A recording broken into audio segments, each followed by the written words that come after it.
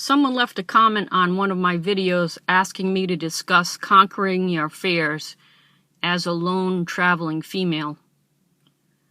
Most of your fears disappear when weeks and months go by and nothing bad happens.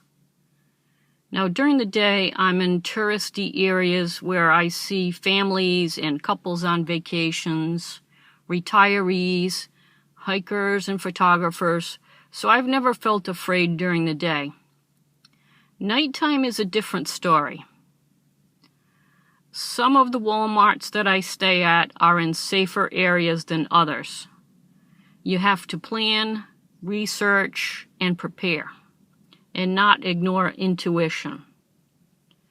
I always get to where I'll be spending the night while it's still daylight, so if I feel unsafe, I can find another place to spend the night.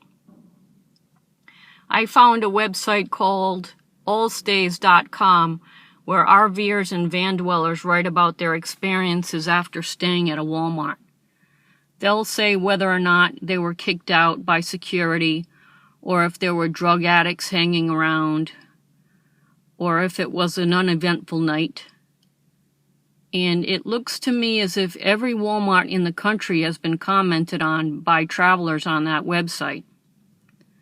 The first Walmart where I felt concerned about the kind of people I saw walking around was Vancouver, Washington.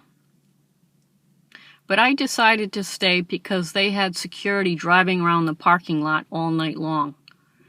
This was before I discovered AllStays.com. So the next morning I Googled crime at Vancouver Walmart, and there was a lot of crime in that parking lot regularly, so I didn't stay a second night like I had planned. I've left places that just didn't feel right. You don't want to conquer your fears completely, because those fears will help you to remember to lock your car doors at night, to leave your keys in the ignition, and park your car in such a way that you can make a quick getaway. And it'll help you to remember to look around and be observant to what kind of people are around you. I know that in my tiny car, I can slide right into the front seat and start driving within seconds. If I had a bigger vehicle with a bed way in back, I think I'd even practice running and jumping into the driver's seat quickly, almost like you would for a fire drill.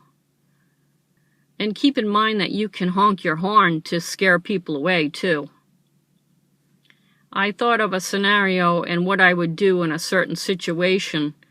When I was in Slab City, I was far away from anyone else, both day and night.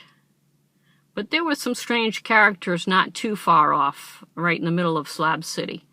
So if someone came up to my car and knocked on my window at like 2 a.m., I wouldn't open my window or my door. I would just have them yell through the glass.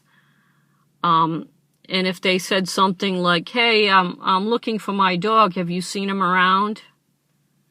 I would say no, and I would leave immediately, because I would just assume that they were looking for a lone person or a lone female to victimize. And I would get out of there right then and there and not go back. And I would just keep driving, even if it was 2 in the morning, until I found another place, maybe a 24-hour gas station or something. Luckily, no one has ever come near my car at night that I know of, except for the police. And of course, it's safer to be inside of a vehicle with all the doors locked than it would be if you're out walking around or in a tent.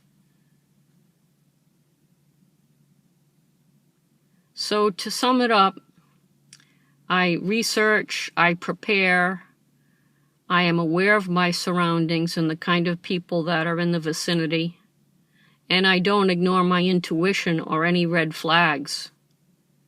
I know some people have weapons, but if someone already has a gun drawn pointed at you before you can grab yours, that's not going to help you.